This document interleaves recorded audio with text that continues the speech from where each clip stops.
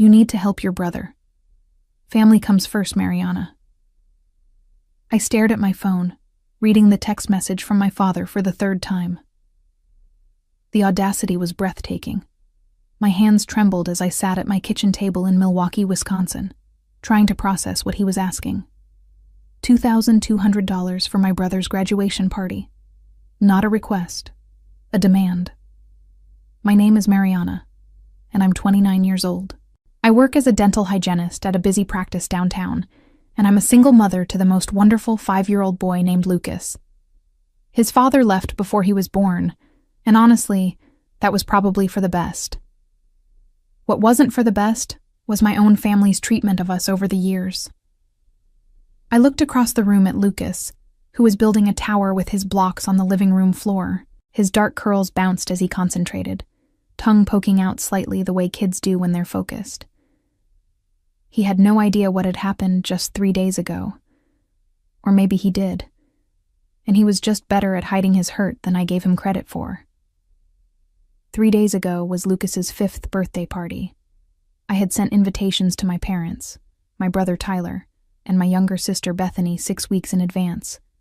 I called to confirm. I texted reminders. I even offered to pick them up if transportation was an issue, though they all lived within 20 minutes of my house. The party was supposed to start at 2 in the afternoon. I had rented a bounce house, ordered a custom superhero cake that cost me a week's worth of groceries, and invited Lucas's friends from preschool. I decorated the backyard myself, staying up until midnight the night before stringing lights and hanging banners.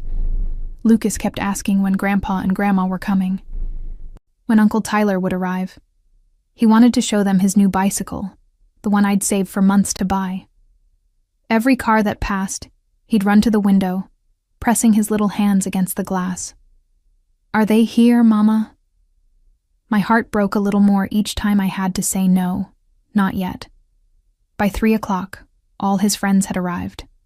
The bounce house was full of squealing children. But my family? Nothing. Not a call. Not a text. Complete silence. I called my mother. Straight to voicemail. I called my father. Same thing. Tyler didn't even have his read receipts on, so I couldn't tell if he'd seen my messages. Bethany, who was 23 and still lived at home with our parents, sent a brief text around 4.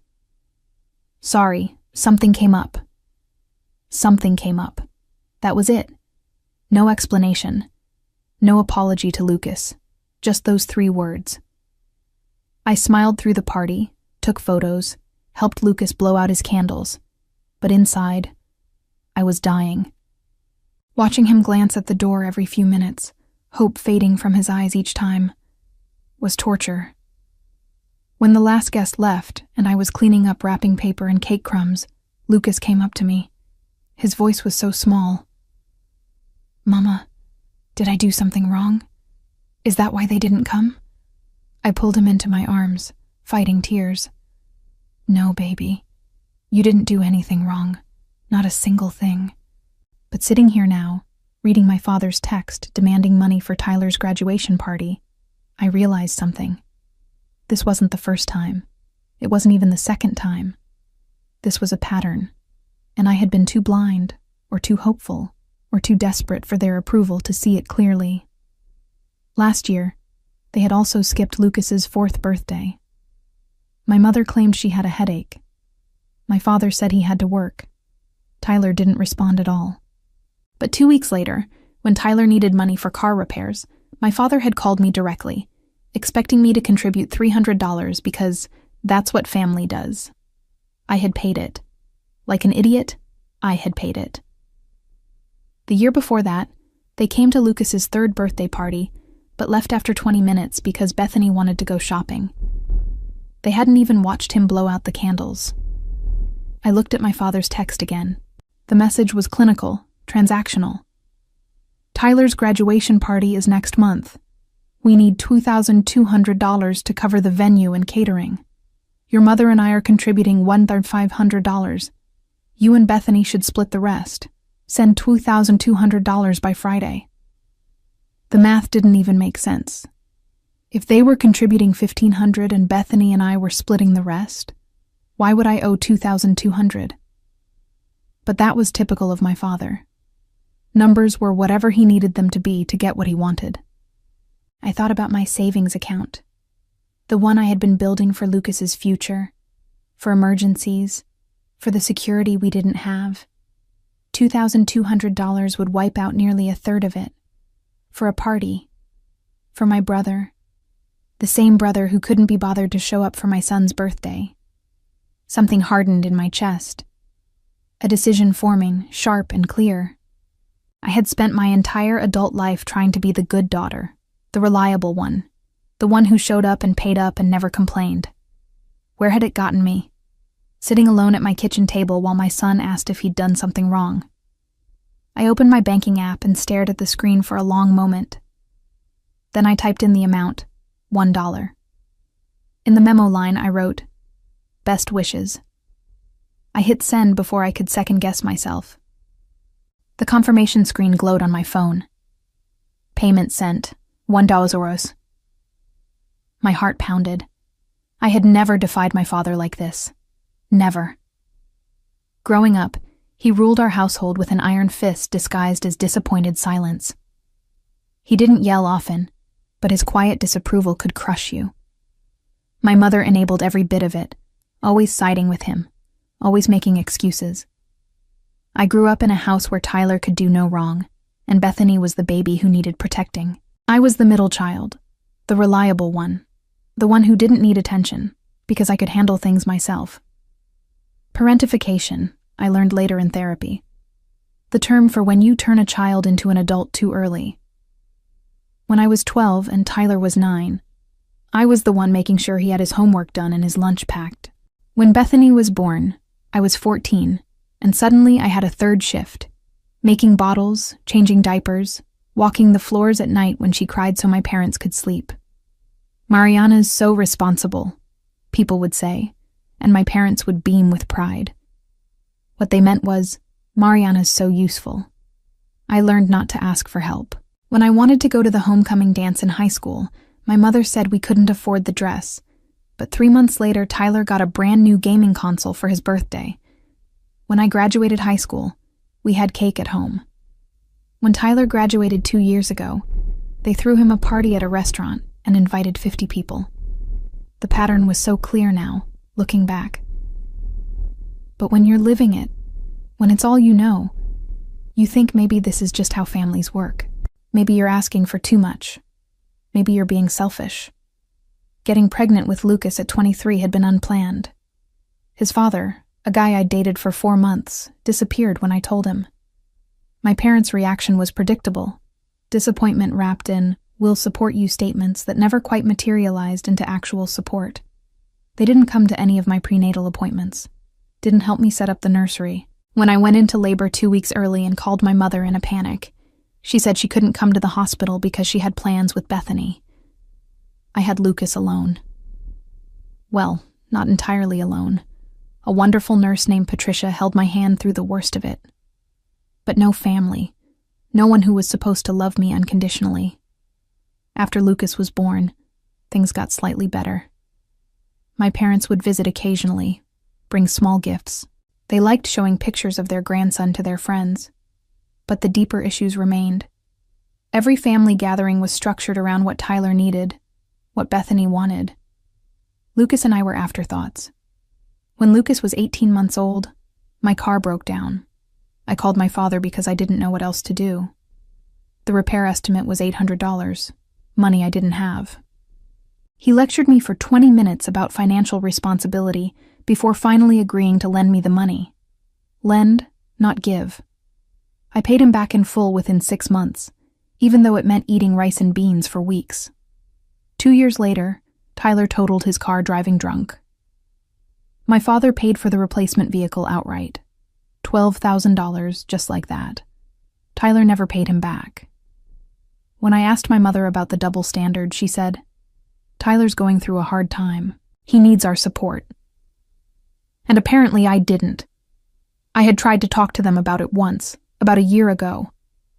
I sat them down and explained how their favoritism hurt. how I felt invisible, how Lucas deserved grandparents who showed up for him. My father listened with his arms crossed, face impassive. When I finished, he said, "You've always been too sensitive, Mariana. We treat all our children the same." My mother nodded along. "You're imagining things. We love you all equally." Gaslighting. Another therapy term I learned later. After that conversation, I stopped trying to fix things. I maintained basic contact, sent obligatory birthday cards, showed up to holiday dinners, but I stopped expecting anything. Stopped hoping they'd suddenly see Lucas and me as worth their time and energy. Still, some stupid part of me had hoped they'd come to his birthday party. I had explicitly told them how much it meant to Lucas, how he talked about it for weeks, how excited he was to show them his new tricks on the monkey bars. They couldn't even send a text until 4 hours after the party started. Now, sitting in my kitchen with that $1 payment confirmation on my screen, I felt something shift. Not just anger, though there was plenty of that. Something colder, more calculated. I had been playing by their rules my entire life, and it had gotten me nowhere. Maybe it was time to make my own rules. My phone buzzed. A text from my father. "Mariana, I don't see the full payment. There must be a mistake with your bank. Please resend $2,200. I almost laughed. There was no mistake, but he couldn't even conceive of the possibility that I had sent exactly what I meant to send. I didn't respond. Instead, I opened my contacts and scrolled to a number I'd saved 6 months ago but never called. A real estate attorney named Gregory who had helped my coworker with a property dispute. Because there was something my parents didn't know. Something I had been quietly working on since Lucas's 4th birthday party, when they first showed me exactly how little we mattered. The house I lived in, the one I'd been making payments on for 3 years, wasn't just in my name. Legally, it had been jointly owned by my father and me. He'd co-signed the mortgage when I was 26, just after Lucas was born, supposedly to help me qualify for better rates. At the time, I'd been grateful. Naive. I didn't realize it was another form of control. 6 months ago, after that conversation where they told me I was too sensitive, I'd started researching my options. I learned that I could refinance the house in my name alone if I could prove sufficient income and creditworthiness. It would cost money I didn't have easily available, but I'd been saving, cutting every possible expense. 3 months ago, I'd met with Gregory. He reviewed my finances and told me it was possible. Difficult, but possible. 2 months ago, I'd started the refinancing process. I'd told no one, not even my closest friend Destiny. This was my secret, my safety net, my escape route. And 1 month ago, the paperwork had gone through. The house was mine, solely, completely mine. My father's name was off the deed, off the mortgage, off everything. He just didn't know it yet. I had been waiting for the right moment to tell him. Or maybe I'd been waiting to see if he'd give me a reason to tell him. He just had. I texted Destiny, "Are you free tonight? Need to talk." She replied within seconds. "Always. Come over after you put Lucas to bed. Wine is already breathing." Destiny had been my friend since college. We'd met in a biology class, bonded over terrible cafeteria coffee, and somehow stayed close through all the chaos of our 20s. She was the only person who really understood my family situation, because she'd witnessed enough of it firsthand. She'd been at Lucas's birthday party 3 days ago. She'd seen him waiting by the window. She'd helped me hold it together when I wanted to fall apart. That evening, after I'd given Lucas his bath and read him 2 stories and promised him that yes, we could go to the park tomorrow, I drove the 15 minutes to Destiny's apartment. She opened the door before I could knock, 2 glasses of wine already poured. "Okay," she said, pulling me inside. "What happened? You have that look." "What look?" "The I'm about to do something either brilliant or crazy look. Maybe both." I sat on her couch and told her everything. The text from my father, the $1 payment. the house refinancing she didn't even know about. When I finished, she was staring at me with wide eyes. "You already took him off the deed? When?" "Last month. I've been sitting on it, waiting to see if they'd actually show up for Lucas this year. They didn't, and now my father wants $2,000 for Tyler's party like nothing happened." Destiny took a long drink of wine. "What are you going to do?" "I don't know yet, but I'm done. I'm done being the one who bends. Done being the one who pays up and shows up while getting nothing in return. They're going to lose their minds when they find out about the house. I know. Your father especially. He uses that co-signature as leverage, doesn't he?" She was right. Every time I'd pushed back on something over the past 3 years, my father would make some comment about the house we helped you get, or the financial support we provided. It was his trump card, his reminder that I owed them. Except I didn't. Not anymore. "I'm thinking about changing the locks," I said quietly. Destiny set down her wine glass. "Do you think they'd actually show up and try to use a key?" "My father has a spare key. He insisted on it when he co-signed. Said it was for emergencies. But he's used it before. Twice that I know of. Once he let himself in while Lucas and I were at the grocery store because he wanted to check my water heater. Didn't ask permission, just did it. That's not okay. I know. I didn't fight it because I thought it would cause a huge argument, and I was trying to keep the peace. But there's no peace anymore. There's just me, being used." Destiny reached over and squeezed my hand. "Change the locks. Tomorrow. I'll come with you to the hardware store. We'll make a day of it." I felt tears prick my eyes. "Thank you." "For what?" "For not telling me I'm overreacting. For not saying they're still my family and I should forgive them." "Mariana, they ghosted a 5-year-old's birthday party, their own grandson, and now they want money from you? No, absolutely not. You don't owe them forgiveness. You don't owe them anything." We talked for another hour. She helped me think through the practical steps. Change the locks. Document everything. Every text. Every missed event. Every broken promise. Prepare for backlash. Because there would be backlash. My father didn't handle defiance well. The next morning, Saturday, Destiny picked me up at 9. Lucas was at a play date with his best friend from preschool.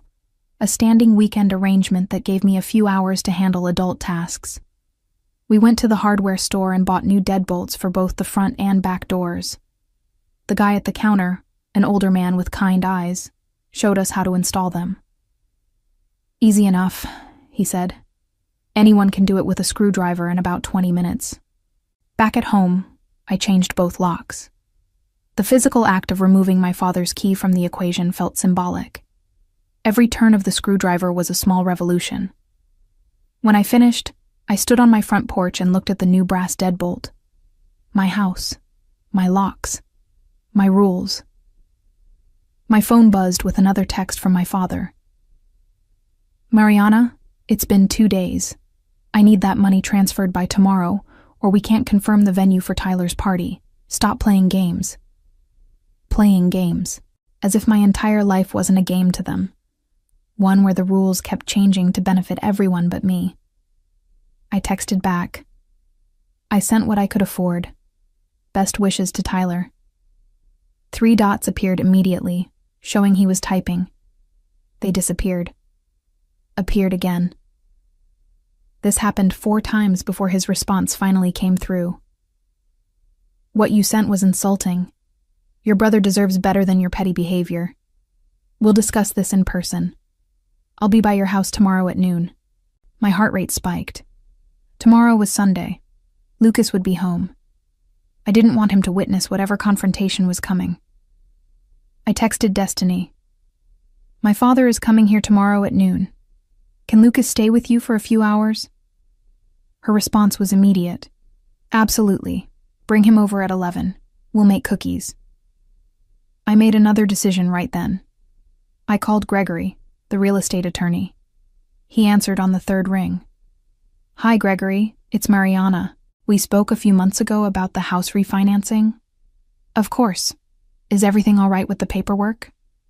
The paperwork is fine, but I think I'm going to need legal documentation proving the house is solely in my name now. Something official I can show someone if needed. Can you help with that? There was a pause. Is someone disputing your ownership?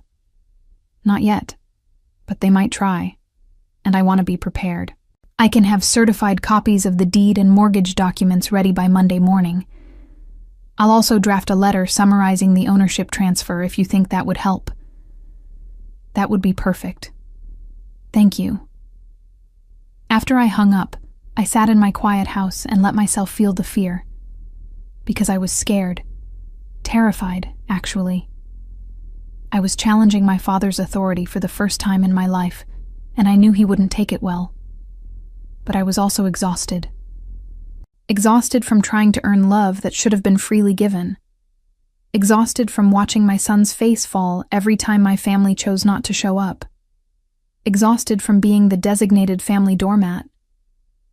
Something my therapist had said once came back to me. You can't control how other people treat you. You can only control how you respond. I was responding. Finally.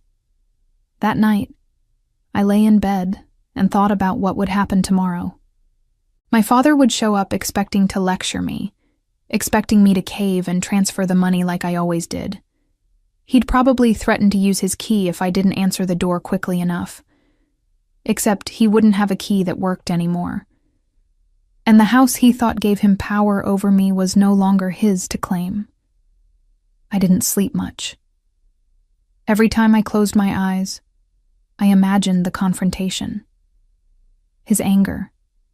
My mother's tears. The accusations of being ungrateful, selfish. A bad daughter. But then I'd think of Lucas asking if he'd done something wrong. And the fear would transform into something harder. Determination.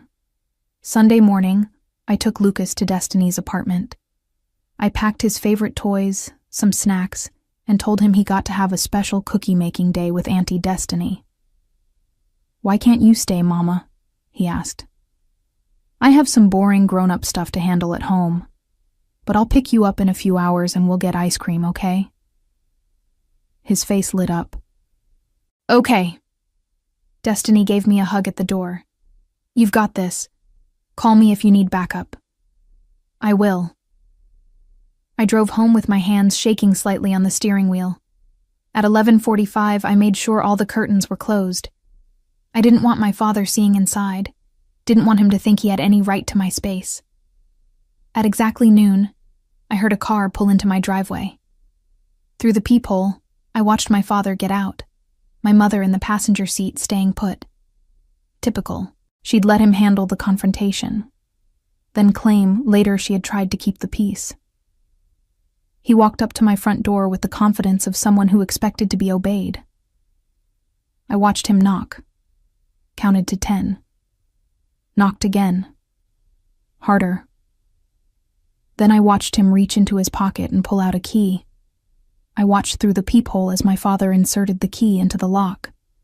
He turned it once, twice. His face registered confusion when the lock didn't budge. He tried again, jiggling the key more forcefully. Nothing. He stepped back, examined the key as if it had somehow transformed into the wrong one, then tried the lock again. I could see the exact moment realization hit. His jaw clenched, his face darkened. He pounded on the door. "Mariana, open this door right now." I took a deep breath and opened it, leaving the chain lock engaged so only a few inches of space showed between us. "Hi, Dad." His eyes went to the chain, then back to me. "What's going on?" "My key doesn't work." I changed the locks. Silence. Complete stunned silence. I watched him process this information, watched his expression shift from confusion to anger. "You changed the locks? To your house? Without telling me?" "It's my house. I can change the locks whenever I want." His face was turning red now. "I co-signed that mortgage.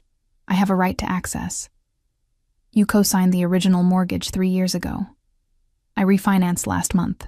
Your name isn't on anything anymore. So no, you don't have a right to access. I had never seen my father look quite so shocked.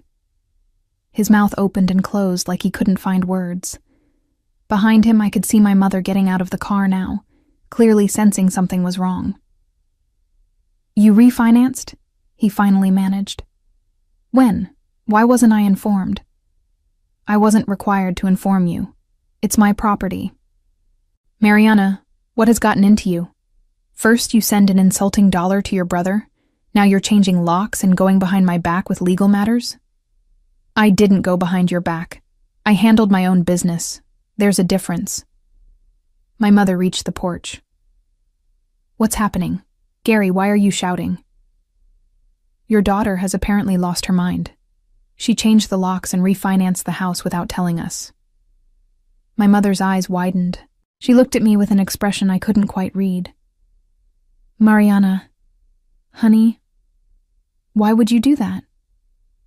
Because it's my house, and I wanted new locks. But your father has always had a key for emergencies.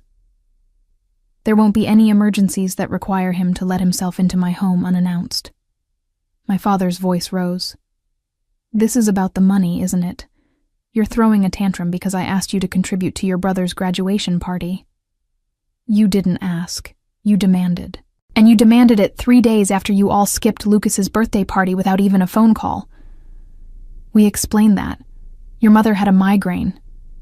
And Tyler? Bethany? What were their excuses? My mother jumped in. Bethany had a work thing, and Tyler was busy with finals. Finals ended 2 weeks before Lucas's party. I know because Tyler posted about being done with school all over social media. My father stepped closer to the door, and I instinctively stepped back even though the chain held. You're being incredibly selfish right now. Your brother's graduation is a major milestone. The party is important to him. And my son's 5th birthday wasn't important? That's different. Lucas is a child. He doesn't understand these things yet. The words hung in the air like poison. My hands trembled with rage. Get off my property. My father's eyes narrowed. Excuse me? You heard me. This is my house, my property, and I'm asking you to leave. Mariana, let's just calm down and talk about this, my mother said, her voice taking on that placating tone I knew so well. We're family. We don't need to be so hostile. You're right. We are family, which is why you should have shown up for your grandson's birthday. Which is why you should have called to apologize instead of demanding money from me 3 days later. We're asking for help with a family celebration, my father said. That's what families do. They help each other. Then where was my help when Lucas was born? Where was my help when my car broke down and you made me pay back every penny? Where was my help when I was working double shifts just to afford diapers and you bought Tyler a $12,000 car? My mother flinched. We've always treated you all fairly. That's a lie, and you know it. My father's face was pure fury now. How dare you speak to your mother that way? We raised you better than this. Did you? Because from where I'm standing, you raised me to accept scraps while Tyler and Bethany got everything. You raised me to be useful, not loved. That's not true. My mother's voice cracked. We love all our children equally. Then prove it. Send me copies of every check you've written to Tyler over the past 5 years, every car payment you've covered for him, every credit card bill you've paid for Bethany. Let's add it all up and see if it equals what you've given me. Silence. Neither of them said a word. That's what I thought. I started to close the door. My father slammed his hand against it. If you don't open this door right now and have a civil conversation, there will be consequences. What consequences? You can't threaten me with the house anymore. You have no power here. We're your parents. We have every right to expect respect and support from our daughter. And I had every right to expect my parents to show up for their grandson's birthday. Guess we're both disappointed. I closed the door, locked the deadbolt, engaged the chain. Through the wood, I could hear my father shouting, "This isn't over, Mariana. You can't treat family this way." I walked to the kitchen, my whole body shaking. I poured myself a glass of water and tried to steady my breathing. Outside, I could hear my mother trying to calm my father down, their voices gradually fading as they presumably returned to their car. My phone started ringing. My father. I declined the call. It rang again. Declined. A text came through. "You're making a huge mistake. We're going to fix this, whether you like it or not." What did that mean? I stared at the message, feeling uneasy. My father wasn't someone who made empty threats. Another text, this time from Tyler. "What the hell is your problem? Dad just called me freaking out. You changed the locks on the house he helped you buy? That's messed up." I typed back, "The house I bought, that I pay for, that's now entirely in my name. And maybe if you'd shown up for Lucas's birthday, we wouldn't be here." Tyler. "Lucas is a kid. He'll have plenty of birthdays. My graduation only happens once." The audacity was staggering. I didn't respond. Within seconds, my phone rang again. Tyler this time. I let it go to voicemail. Then Bethany called. I declined that too. A group text appeared, one that included my parents, Tyler, Bethany, and me. My father had started it. "Family meeting, tonight at 6, at our house. Mariana, you need to be there. This behavior stops now." I stared at the message.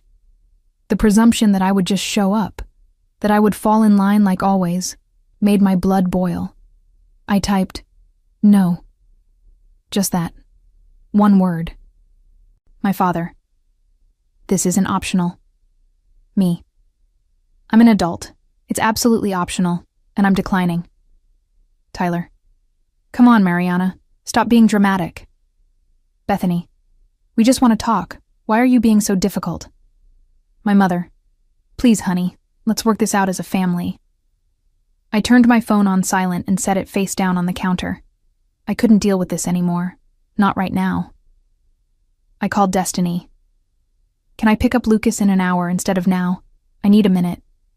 "Take all the time you need. He's having a blast. We're on cookie number 3. "Thank you. I'll explain everything when I get there." I sat at my kitchen table and let myself cry. Not sad tears. Angry tears. Frustrated tears. Relieved tears. All mixed together into a confusing mess of emotion.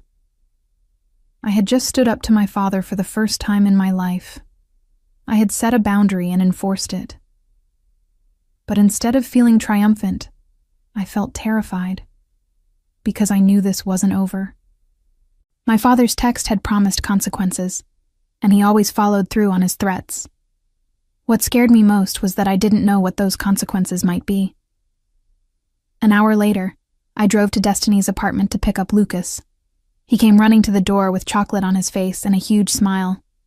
"Mama, we made so many cookies, and Auntie Destiny let me put extra chocolate chips." I scooped him up, breathing in his little kid smell of sugar and soap. "That sounds amazing, buddy." Destiny pulled me aside while Lucas gathered his toys.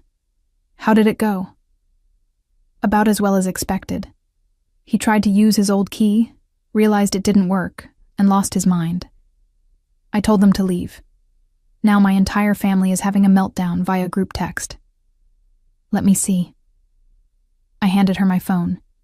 She scrolled through the messages, her expression growing darker with each screen. "They're delusional. Completely delusional. Listen to this. We just want to talk." "No, they want to bully you into compliance." "I know. Are you going to the family meeting?" "Absolutely not." "Good. Don't give them that power." She handed back my phone. "What do you think they'll do next?" "I don't know. That's what worries me." Lucas came bouncing back with his backpack. "Ready, Mama." We said goodbye to Destiny, and I drove Lucas home.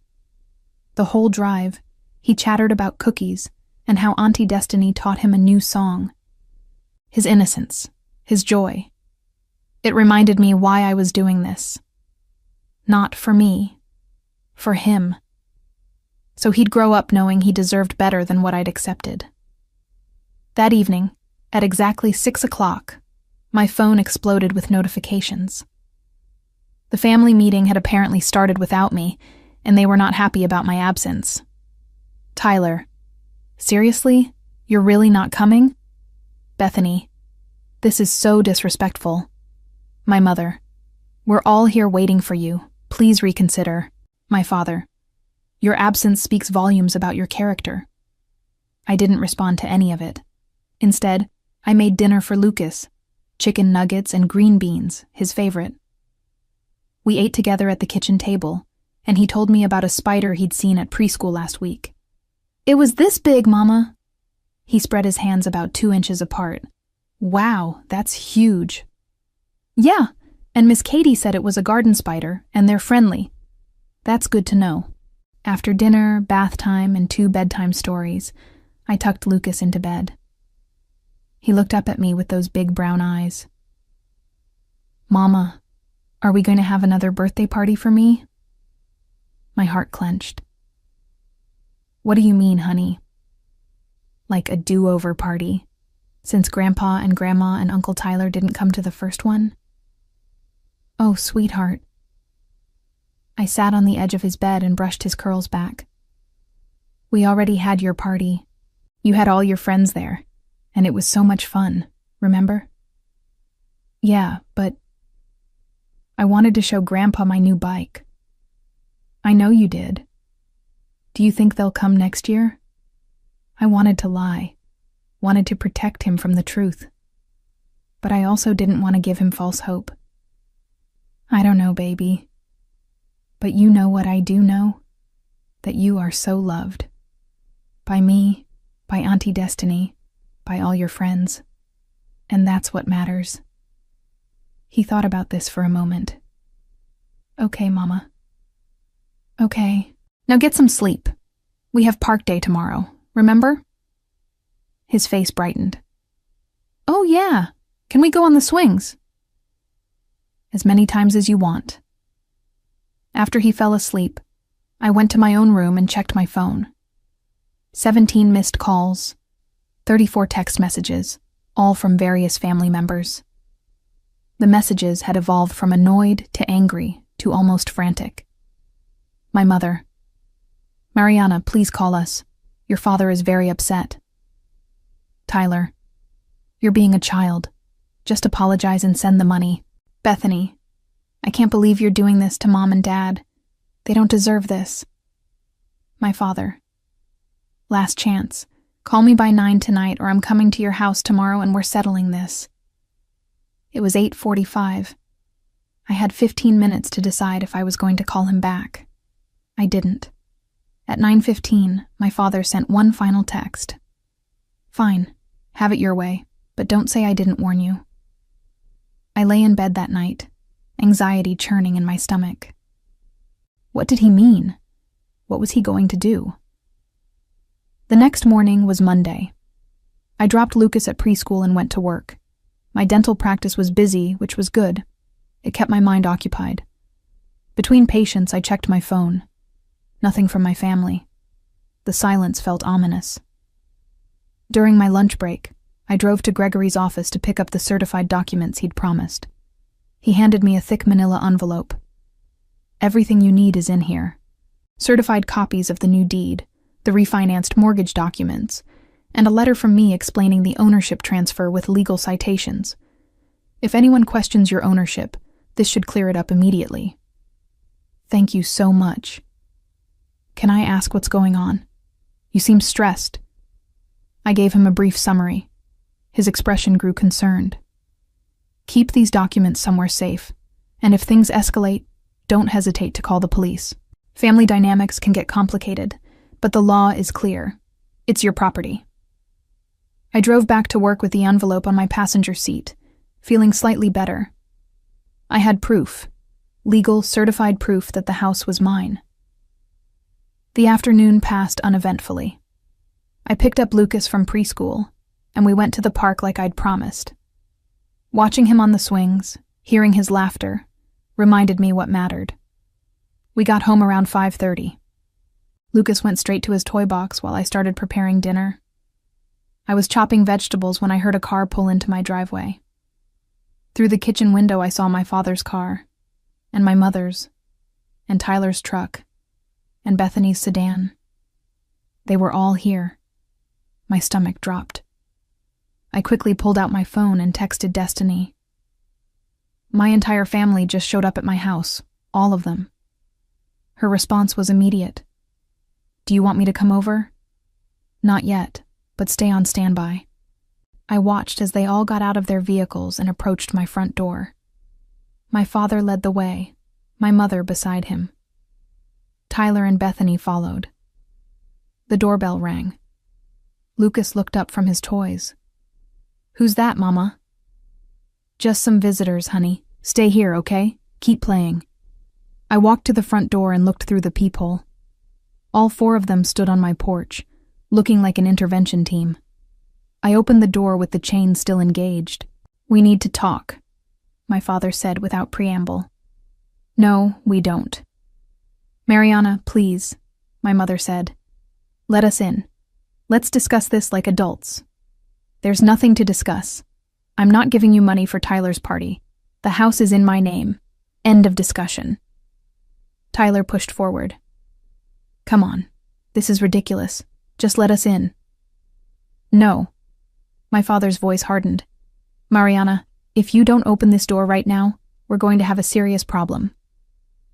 I'm not opening the door. You need to leave. This is our grandson's home too. We have a right to see him. Lucas, my mother called past me. Lucas, honey, it's Grandma. I felt rage flood through me. Do not call for my son. You had your chance to see him at his birthday party. You chose not to show up. We explained that, Bethany said. Why can't you just let it go? Because it's a pattern, Bethany, and I'm done pretending it's okay. My father pulled out his phone. Last chance, Mariana. Open the door, or I'm calling the police. I blinked. You're calling the police? For what? You're keeping us from our grandson. That could be considered alienation. That's not what parental alienation means, and you know it. I'm asking you to leave my property. That's my legal right. We'll see what the police have to say about that. I watched in disbelief as my father actually dialed. He was really doing this. Really calling the police because I wouldn't let him into my house.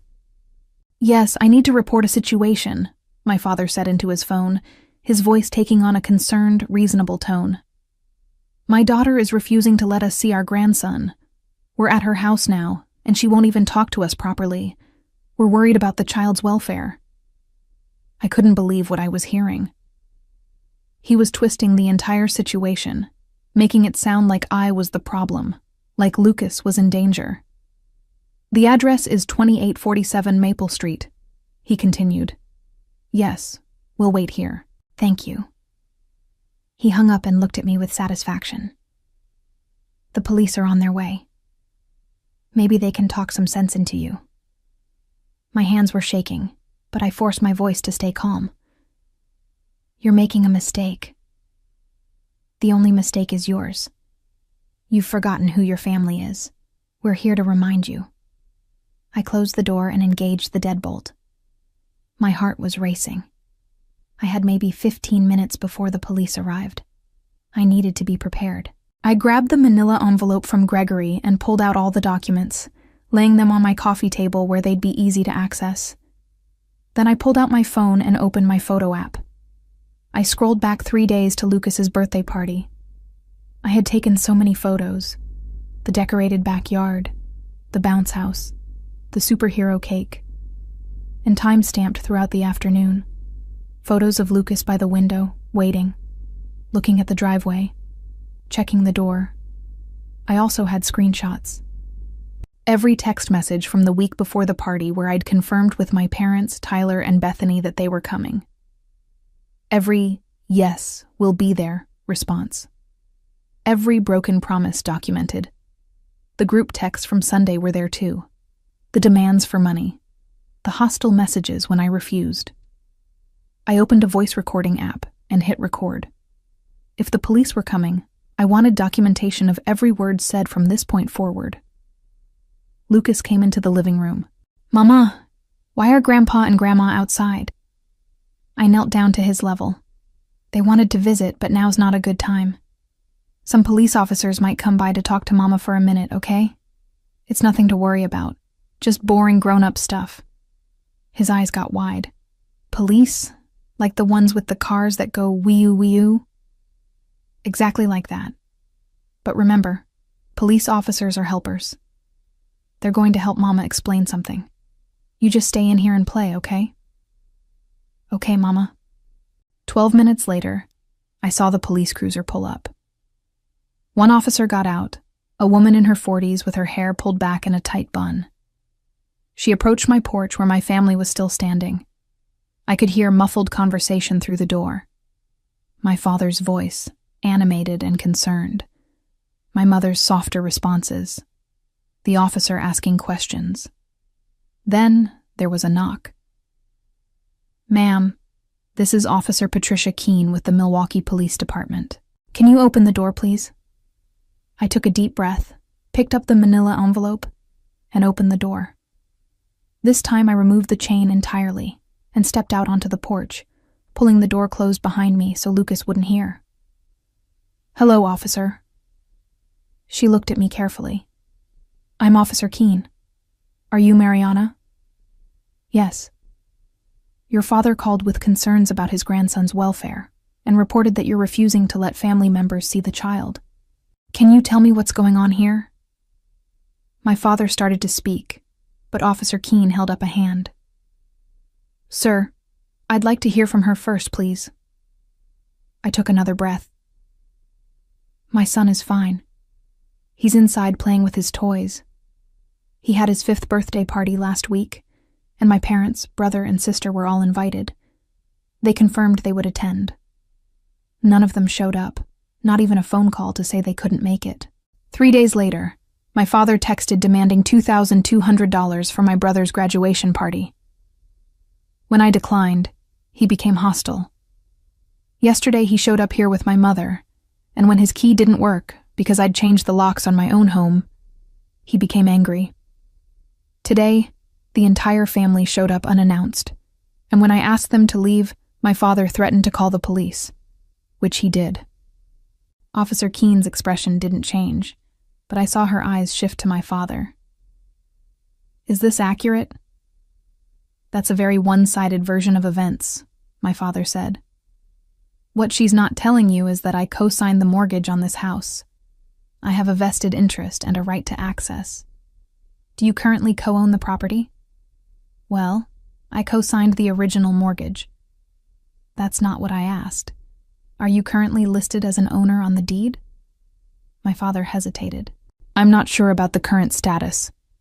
I pulled out the documents. "Officer, I refinanced the house last month. My father's name was removed from all ownership documents. The house is solely in my name. I have certified copies of the deed and mortgage here if you'd like to see them." Officer Keene took the papers and examined them carefully. She looked at the dates, the signatures, the official stamps.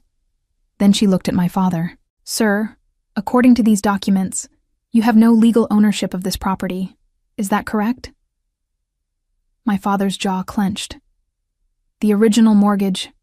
"Sir, the original mortgage is no longer relevant. The property was refinanced and is now solely in your daughter's name, which means she has every right to deny you access and to ask you to leave." "But she's keeping us from our grandson." "Is there a custody agreement in place?" Officer Keene asked me. "No. I have sole custody. Lucas's father isn't involved." "Have there been any court orders granting grandparent visitation?" "No." Officer Keene turned back to my father. "Then she's well within her rights to determine who has access to her child. There's no legal issue here." "This is family business," my mother interjected. "Can't you see she's being unreasonable? We just want to talk to our daughter and see our grandson." Ma'am, what I see is a woman standing on her own property asking you to leave. That's her legal right. If you refuse to leave, you're trespassing. Tyler stepped forward. This is insane. She's our sister. We're not strangers. Family dynamics don't override property rights, Officer Keene said firmly. Mariana, do you want to press trespassing charges? I looked at my family. My father's red face, my mother's tears, Tyler's disbelief, Bethany's shock. Part of me wanted to say yes, wanted to press charges just to drive home how serious I was. But another part of me, the part that was exhausted and just wanted peace, couldn't do it. No charges. I just want them to leave and not come back unless invited. Officer Keene nodded. She turned to my family. You heard her. You need to leave this property now. If you return without her permission, she can call us back and press trespassing charges. Do you understand? My father opened his mouth to argue, but Officer Keene's expression stopped him. Do you understand, sir? Yes, he said through gritted teeth. Good. I suggest you all leave now. I watched as my family slowly walked back to their cars. My mother was crying openly now. Bethany put an arm around her. Tyler shot me a look of pure disgust before getting in his truck. My father was the last to leave. He stopped at his car door and looked back at me. You're going to regret this, Mariana. You're throwing away your family over money and pride. I met his eyes. I'm protecting my son from people who don't value him. That's not something I'll ever regret. He got in his car and slammed the door. Officer Keene waited until all the vehicles had pulled away before turning back to me. Are you okay? I think so. Thank you for listening to both sides. It's my job. But for what it's worth, you did the right thing. Those documents saved you a lot of hassle. She paused. Can I give you some advice? Please. Document everything. Keep records of all communication. If they show up again, call us immediately, and consider getting a restraining order if the harassment continues. I will. Thank you, Officer Keene. She handed me her card. If you need anything, don't hesitate to call. After she left, I stood on my porch for a long moment, just breathing. My legs felt weak, my hands were still shaking. But I'd done it. I'd stood my ground, and my family had been forced to leave. I went back inside where Lucas was still playing with his blocks, oblivious to the drama that had just unfolded. Is everything okay, Mama? I sat down next to him on the floor. Everything's okay, buddy. Everything's just fine. The next few days were quiet. Too quiet. My phone, which had been exploding with messages and calls, went completely silent. No texts from my parents. No angry calls from Tyler. No guilt-tripping messages from Bethany. The silence felt worse than the confrontation. I went to work, picked up Lucas from preschool, made dinners, read bedtime stories. Normal life continued, but I felt like I was waiting for the other shoe to drop. My father's parting words echoed in my mind. You're going to regret this. On Wednesday evening, 4 days after the police had removed my family from my property, I got a call from an unknown number. I almost didn't answer, but something made me pick up. Hello? Is this Mariana? A woman's voice, professional and unfamiliar. Yes, who's calling? My name is Jennifer, and I'm calling from Child Protective Services. We received a report about your 5-year-old son, Lucas.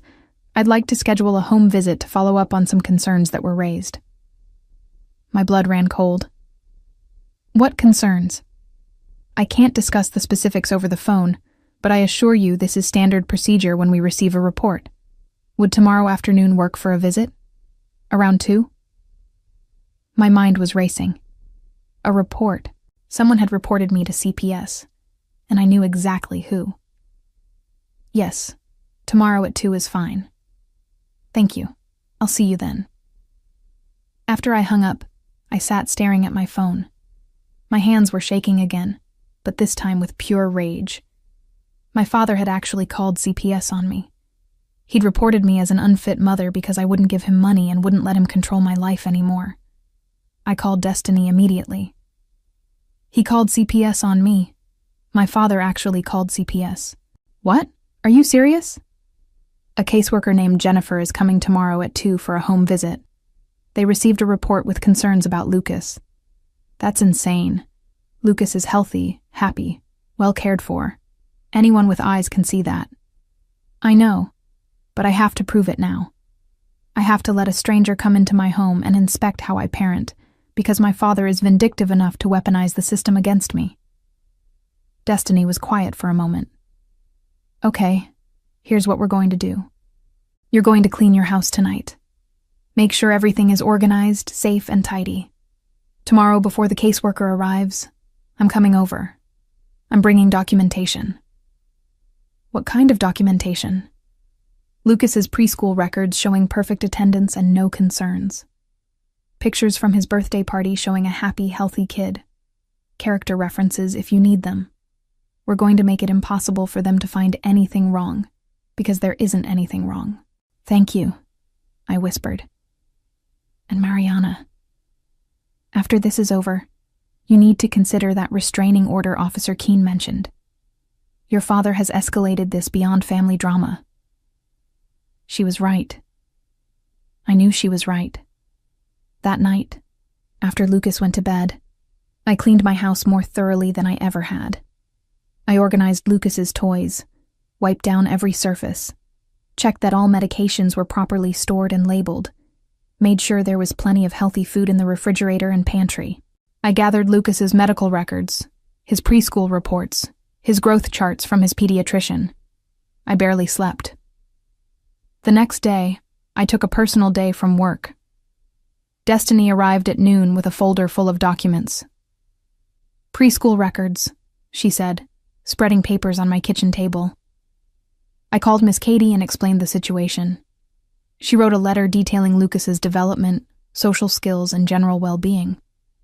She also noted that you're always on time for pickup and drop-off, you attend all parent-teacher conferences, and you volunteer for class activities. She did that for me?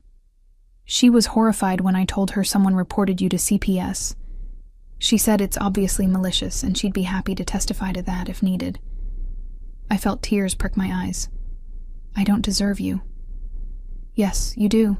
Now, I also have photos from the birthday party, your pediatrician's contact information, and a list of character references including me, Miss Katie, and 3 of your coworkers who've known you for years. At exactly 2 o'clock, Jennifer from CPS arrived. She was younger than I expected, maybe early 30s, with kind eyes and a professional demeanor. I invited her in, introduced Destiny as my friend who was there for moral support. Jennifer walked through the house, making notes. She asked to see Lucas's bedroom, the kitchen, the bathroom. She checked that cleaning supplies were stored safely, that there were working smoke detectors, that the home was clean and well-maintained. Then she asked to speak with Lucas. I brought him out from his room where he'd been playing. He looked at Jennifer with curiosity but no fear. Hi, Lucas. My name is Jennifer. I just want to ask you a few questions, okay? Okay, he said, climbing onto the couch next to me. Do you like living here? Yeah, I have my own room with dinosaur sheets. That sounds cool. Does your mom make sure you have food to eat? Uh-huh. We had chicken nuggets yesterday. They're my favorite. Does your mom ever hurt you or scare you? Lucas looked confused. No, Mama gives the best hugs. Jennifer smiled. I bet she does. Do you go to school? Preschool. Miss Katie is my teacher and she's really nice. The questions continued for about 10 minutes. Lucas answered each one honestly and cheerfully, completely unaware of the weight they carried. After Jennifer finished with Lucas, I sent him back to his room to play. She sat down across from me and Destiny at the kitchen table. I'm going to be honest with you, Mariana. The report we received alleged neglect, specifically that your child was being denied access to family members and potentially kept in an unsafe environment. Based on what I've seen today and my conversation with Lucas, none of those allegations appear to be true. They're not, I said firmly. Can I ask who made the report? Reports are confidential, but I can tell you that the caller identified themselves as the child's grandfather. There it was. Confirmation. My father called because I refused to give him money and set boundaries about access to my home. 4 days ago, police had to remove him and other family members from my property for trespassing. Jennifer's eyebrows rose. I see. Do you have documentation of that? I showed her Officer Keen's card and explained the entire situation. Destiny provided the additional documentation we'd prepared. Jennifer reviewed everything carefully. Finally, she closed her notebook. I'm going to close this case as unfounded. Lucas is clearly well cared for. Your home is safe and appropriate, and there's no evidence of neglect or abuse. In fact, all evidence points to you being a dedicated, attentive parent. Relief flooded through me. Thank you. However, I do want to note in my report that this appears to be a malicious complaint related to a family conflict. If your father calls again with similar allegations, that history will be on file. After Jennifer left, I collapsed onto my couch. Destiny sat next to me and put her arm around my shoulders. You did it. You got through it. He used CPS as a weapon against me, Destiny. He tried to have my son taken away because I wouldn't obey him. I know, and that's why you need to protect yourself legally. This isn't going to stop unless you make it stop. She was right. I'd been hesitant about a restraining order because it felt so final, so dramatic. But my father had proven he was willing to go to any length to punish me for defying him. The next morning, I called a family law attorney. The attorney's name was Vanessa, and she came highly recommended by Gregory, the real estate lawyer who'd helped me with the house refinancing. Her office was downtown, decorated with diplomas and family photos that made the space feel both professional and welcoming. I told her everything. The pattern of favoritism growing up, the financial manipulation, Lucas's birthday party, the money demand, the police being called, and finally, the CPS report. Vanessa listened without interrupting, taking notes occasionally. When I finished, she set down her pen and looked at me seriously. What you're describing is a clear pattern of harassment and attempted coercion. The CPS call is particularly concerning because it shows an escalation to tactics that could have serious consequences for you and your son. Can I get a restraining order based on this? Absolutely. We have documented trespassing with police involvement and a malicious report to Child Services. That's more than enough for a harassment restraining order. We can file for one that covers both you and Lucas. How long does it take? We can file for a temporary order immediately, which will go into effect as soon as it's served. Then there'll be a hearing within 2 weeks where a judge will decide whether to make it permanent. Given the evidence you have, I'm confident we'll get the permanent order. What will it do? What are the restrictions? It will legally require your father, and we can include your mother, brother, and sister if you want, to stay away from you, your home, your workplace, and Lucas. They won't be allowed to contact you directly or indirectly. If they violate the order, they can be arrested. The thought of my entire family being legally banned from my life felt surreal, but also necessary. Let's do it. Just my father for now. If the others keep harassing me, I can add them later, right? Correct. We'll start with your father since he's been the primary aggressor. We spent the next hour filling out paperwork. Vanessa helped me organize my evidence chronologically. The birthday party invitations and confirmations, the screenshots of everyone saying they'd attend, the photos of Lucas waiting by the window, the money demand text, the hostile messages, Officer Keen's report, the CPS case number. This is solid, Vanessa said, reviewing the file. Very solid. Your father made this easy by documenting his own harassment via text message. When will it be served? I'll file this afternoon. Service typically happens within 48 hours. Once he's served with the temporary order, he'll receive notice of the hearing date. I left Vanessa's office feeling something I hadn't felt in weeks. Control. I was taking action. Real, legal action that would protect Lucas and me. That evening, I was making dinner when my phone rang. Tyler. I'd been ignoring his calls all week, but something made me answer this one. What? Don't hang up, please. I need to talk to you about Dad. I don't want to hear it, Tyler. Just listen. He's losing it, Mariana. Like, actually losing it. He's been calling everyone in the family, ranting about you, about the house, about how you've betrayed us. Mom's worried he's going to have a heart attack from the stress. That's not my problem. He called CPS on you. I know he did. I told him it was crazy, but he wouldn't listen. I paused. You told him not to? Of course I did. Even I know that's too far. But he's convinced you're an unfit mother because you won't let him control your life anymore. Then maybe you should be having this conversation with him, not me. I tried. We all tried. He won't listen to anyone. He's planning something else, Mariana. I don't know what, but he keeps saying you need to learn your lesson. My stomach tightened. What does that mean? I don't know. But I wanted to warn you. Whatever you're doing to protect yourself, keep doing it. Why are you telling me this? Tyler was quiet for a moment. Because I've been thinking about Lucas's birthday party, about how we all just didn't show up, and how that must have felt for him. For you.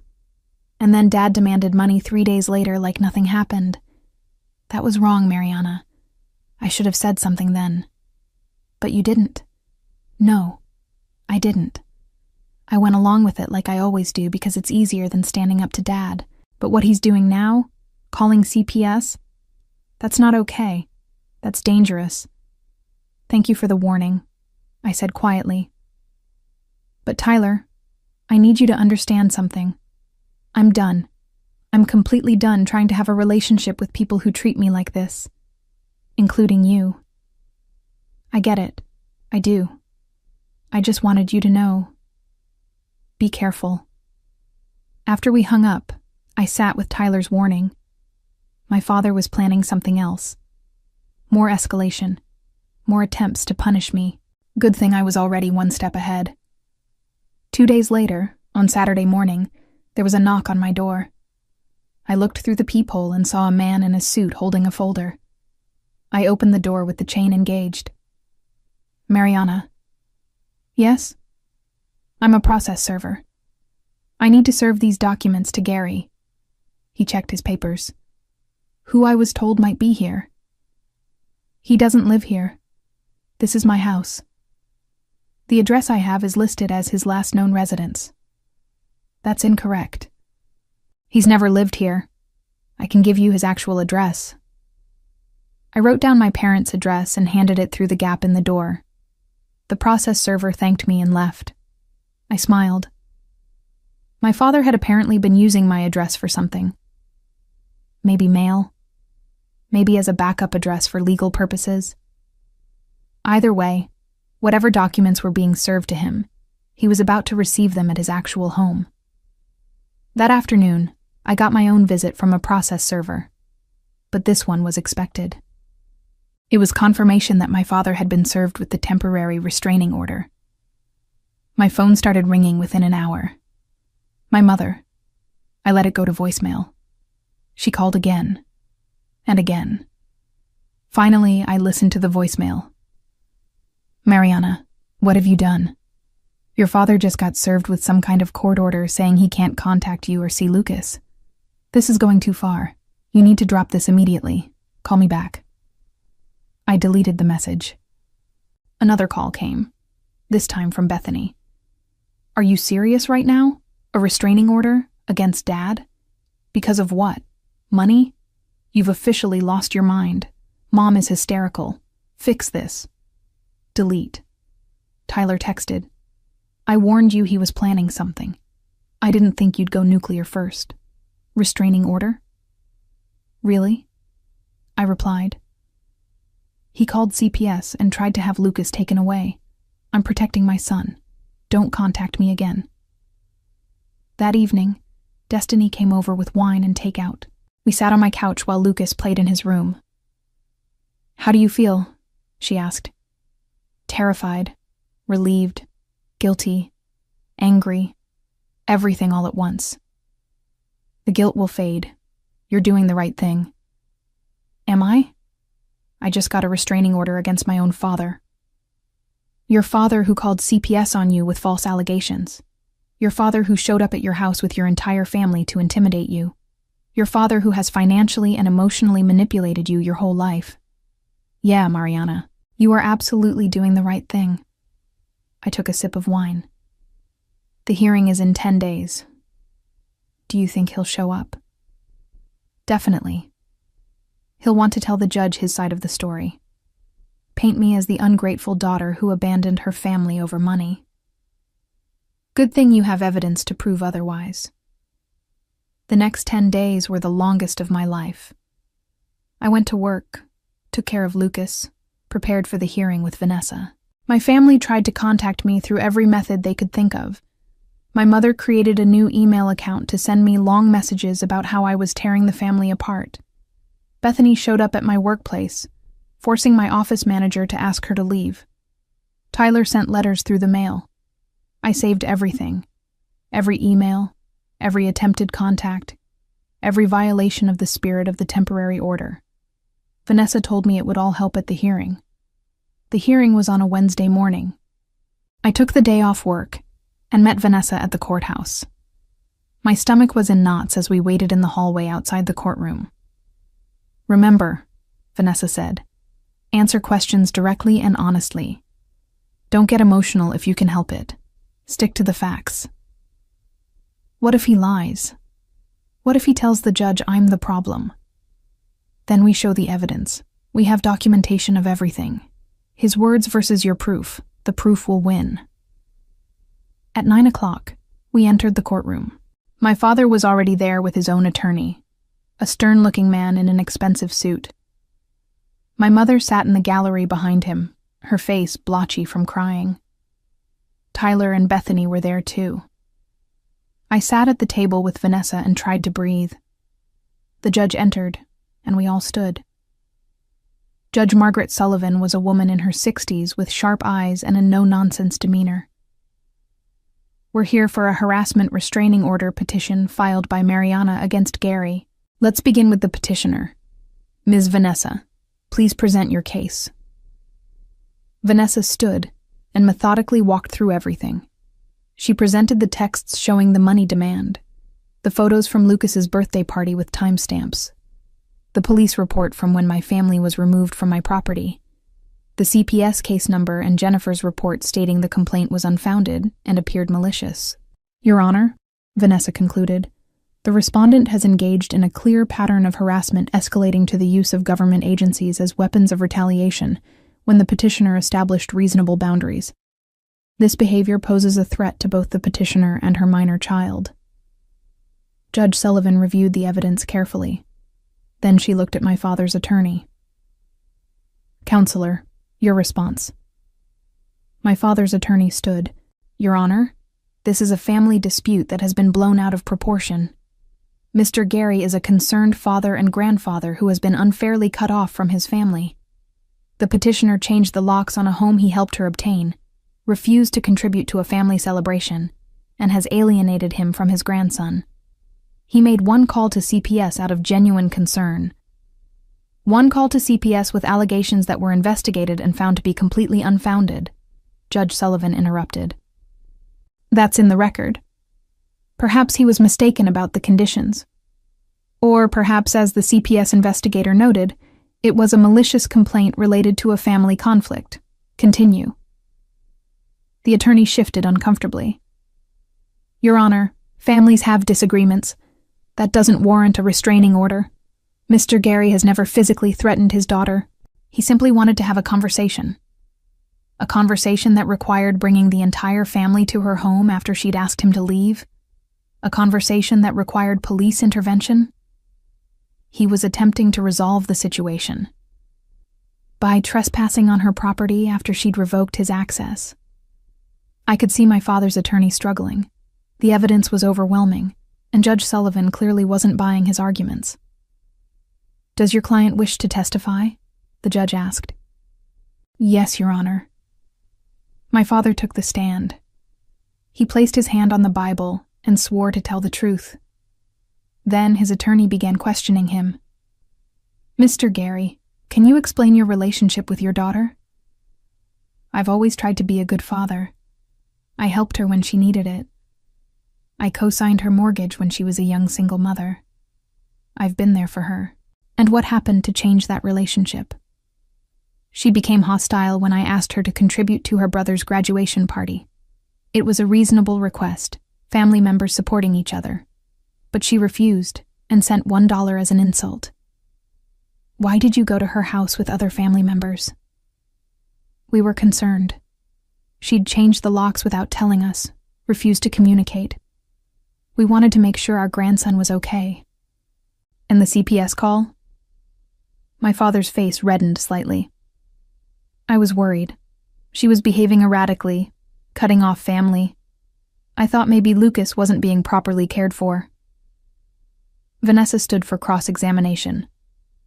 "Mr. Gary, you testified that you've always been there for your daughter. Is that correct?" "Yes." "Were you there for your grandson's 5th birthday party on the 17th of last month?" His jaw tightened. "I couldn't make it. I had other obligations." "What obligations?" "I don't recall specifically." "You don't recall what was so important that you missed your grandson's birthday despite confirming you'd attend?" "It was a month ago. 3 weeks ago. And your wife, your son Tyler, your daughter Bethany, they also had mysterious obligations? We're a busy family. Too busy to call and let a 5-year-old know you weren't coming? Not even a text message?" Silence. "Mr. Gary, how much money have you given Tyler in the past 5 years?" "I don't see how that's relevant." "Your Honor, it goes to the pattern of treatment," Vanessa said. "I'll allow it," Judge Sullivan said. My father shifted in his seat. "I've helped him when he needed it." "How much?" "I don't keep exact records. Approximately. Maybe 20,000-30,000 over the years." "And how much have you given Mariana in that same time period?" "She hasn't needed as much help." "How much, Mr. Gary?" "I lent her $800 once. She paid it back." "So you've given your son $30,000 but lent your daughter $800, which she repaid. Is that accurate?" "Tyler has had more struggles." "Did those struggles include you buying him a $12,000 car after he totaled his previous vehicle driving drunk?" My father's attorney objected, but Judge Sullivan overruled. "Answer the question," she said. "Yes, I bought him a car. He's my son, and Mariana is your daughter, yet you demanded she pay you back $800. Does that seem equitable to you?" "That was different." "How? Please explain how it's different." My father couldn't answer. Vanessa continued her cross-examination, methodically destroying every claim he'd made. By the time she finished, he looked deflated and angry.